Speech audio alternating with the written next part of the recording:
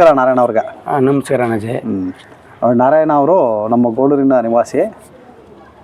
ಇವರ ತಾತನ ಕಾಲದಿಂದಲೂ ಕೂಡ ದಾಸ ಪರಂಪರೆಯನ್ನು ಬೆಳೆಸ್ಕೊಂಡು ಉಳಿಸ್ಕೊಂಡು ಬಂದಿರೋರು. ಇವತ್ತು ನಮ್ಮ ಗೋಳೂರಲ್ಲಿ ಒಂದು ದಾಸನ ಬಿಡಿಸುವ ಕಾರ್ಯ ನಡೆಯಿತು. ಆ ಸಂದರ್ಭದಲ್ಲಿ ನಾನು ಅದನ್ನು ನೋಡೋಕ್ಕೆ ಹೋದಾಗ ಹಲವಾರು ಪ್ರಶ್ನೆಗಳು ನನ್ನಲ್ಲಿ ಹುಟ್ಟಿದವು.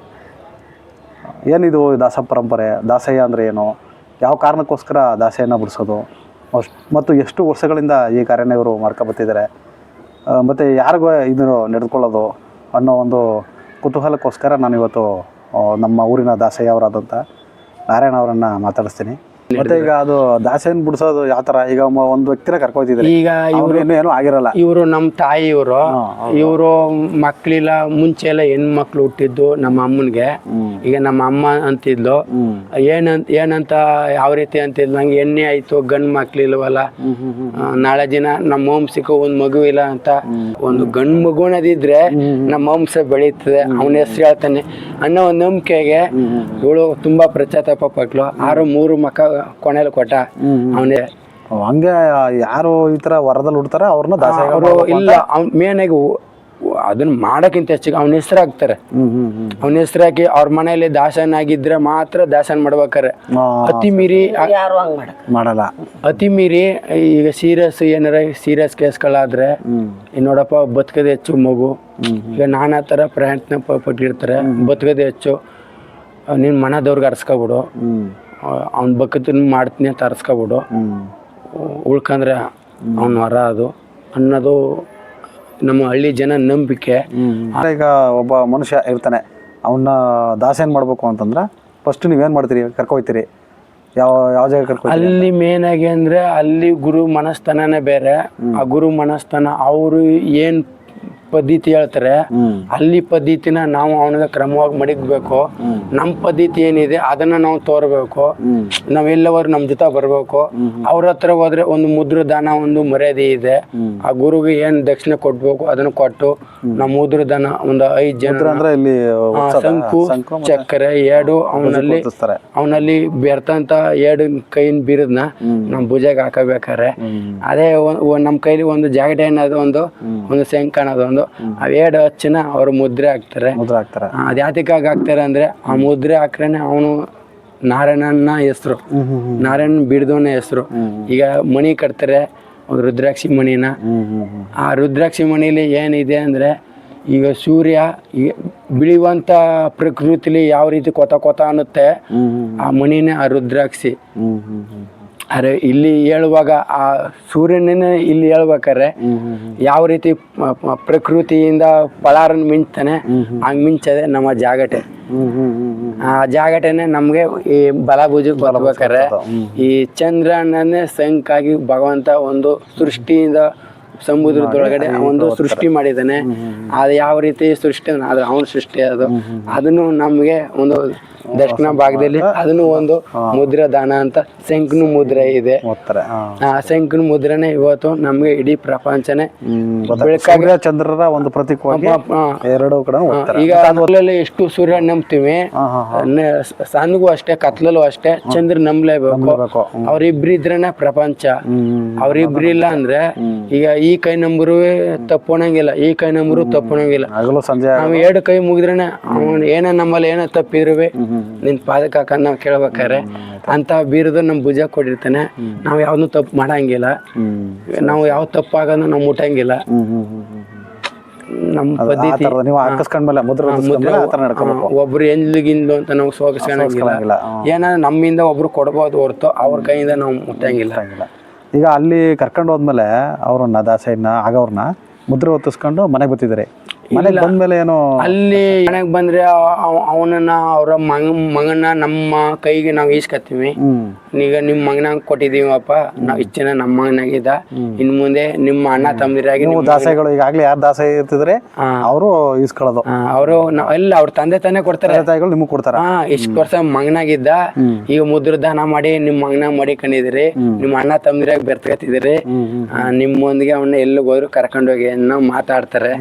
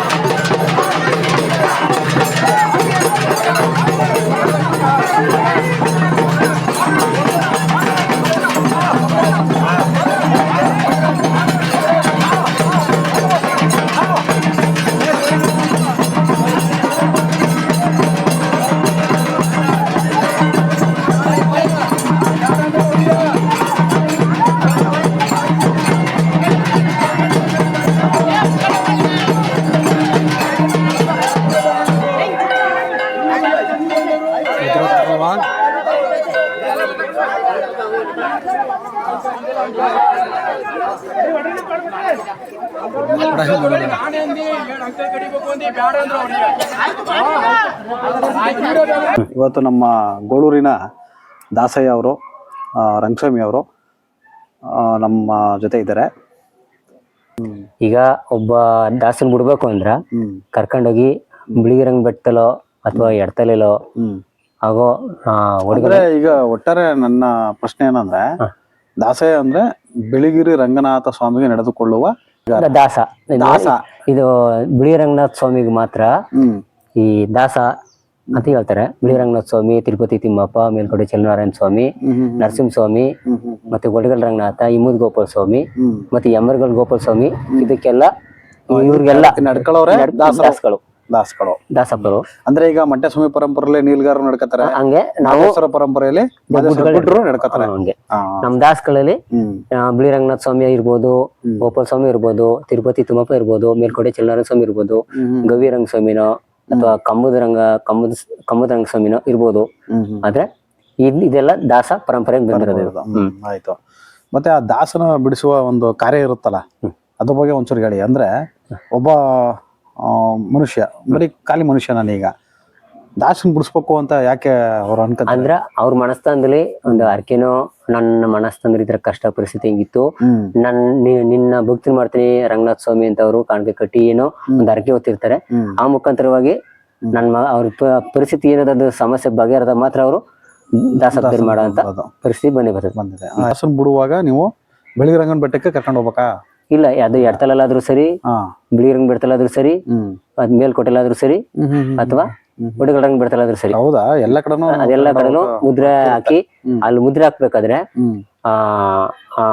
ಪೂಜೆ ಮಾಡ್ತಾರಲ್ಲ ಅರ್ಚಕರು, ಅವ್ರ ಎದುರುಗಡೆ ನಮ್ಮ ದಾಸಪ್ಪನ ಮಾಡೋ ಹುಡುಗನ್ ಕುಂಟಿಸಿ, ಎದುರುಗಡೆ ತಿರುಪತಿ ತಿಮ್ಮಪ್ಪನ ಬಿಳಿಗಿರಂಗನ ನಿಲ್ಸಿ ಕುಣಿಸಿ ಹೋಮ ಹಾಕಿ, ಅಲ್ಲೂ ಕೂಡ ಅವ್ರು ಏನ್ ನಡ್ಕೋಬೇಕು ಅಂತ ಅದನ್ನ ಅವ್ರು ಹೇಳಿ, ಮುಂದ ಹಿಂಗ್ ನಡ್ಕೋಬೇಕಪ್ಪ, ಇತರ ಒಳ್ಳೇದ ನಡ್ಕೋಬೇಕು, ಕೆಟ್ಟದಕ್ಕೆ ಹೋಗಕ್ ಹೋಗ್ಬೇಡ, ಜಗಳ ದಂಡಕ್ ಹೋಗ್ಬೇಡ, ಎಂದ್ಲು ತಿನ್ನಕ್ ಹೋಗ್ಬೇಡ, ತಂದೆ ತಾಯಿಗ ದುಡ್ದು ಕೆಲಸ ಮಾಡಿ ಇದ್ ಮಾಡು, ಆಮೇಲೆ ಭಿಕ್ಷೆ ಮಾಡಿ ಏನ್ ಮಾಡಿಯಪ್ಪ ಅಂತ ಕೇಳ್ತಾರ, ಅದನ್ನ ತಂದೆ ತಾಯಿ ಸಾಕ್ತಿವಿ ಅಂತ ಹೇಳು ಅಂತ ಎಲ್ಲಾನು ಹೇಳಿ ಅವರು ಕಳಿಸ್ತಾರೆ.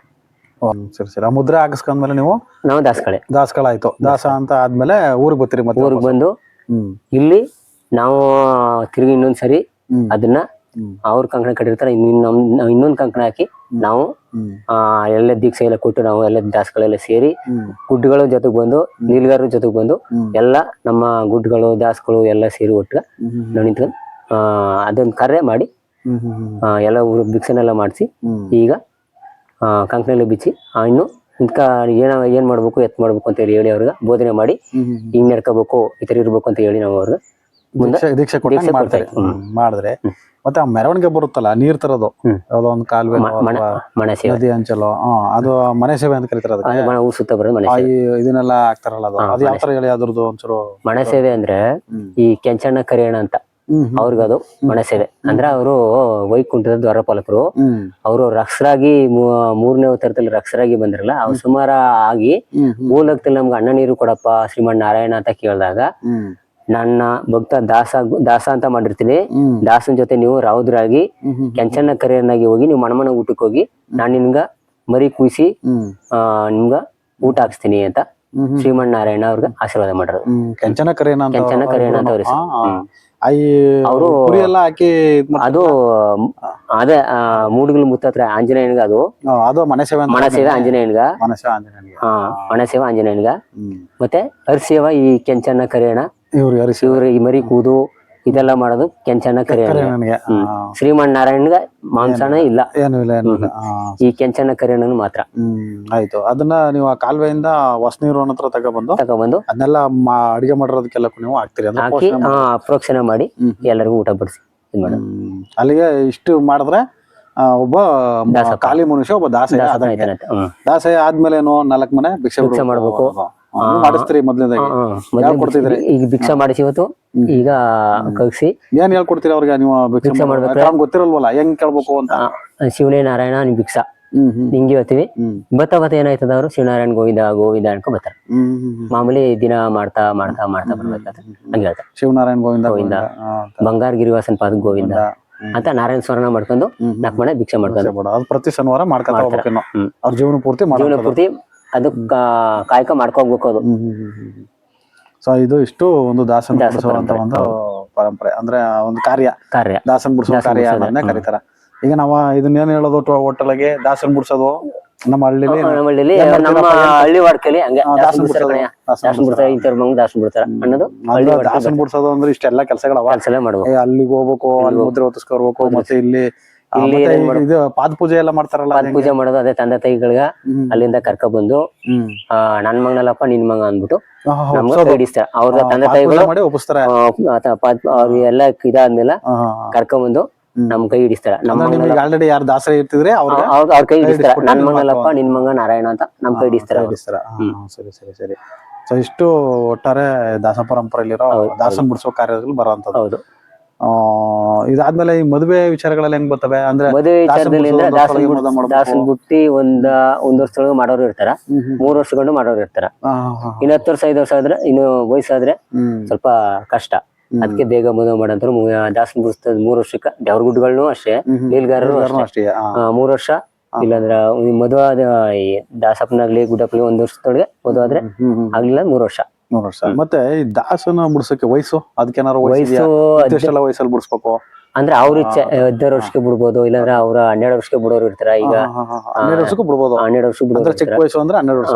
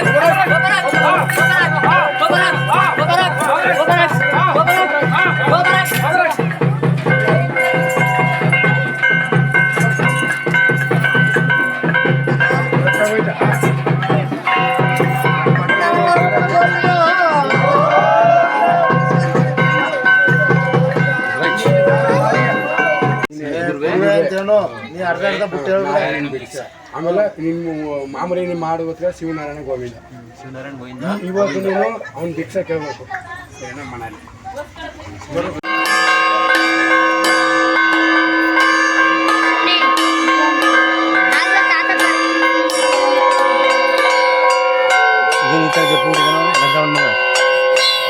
ಯಾವ ಪಿಕ್ಚರ್ ಗೊತ್ತಾ?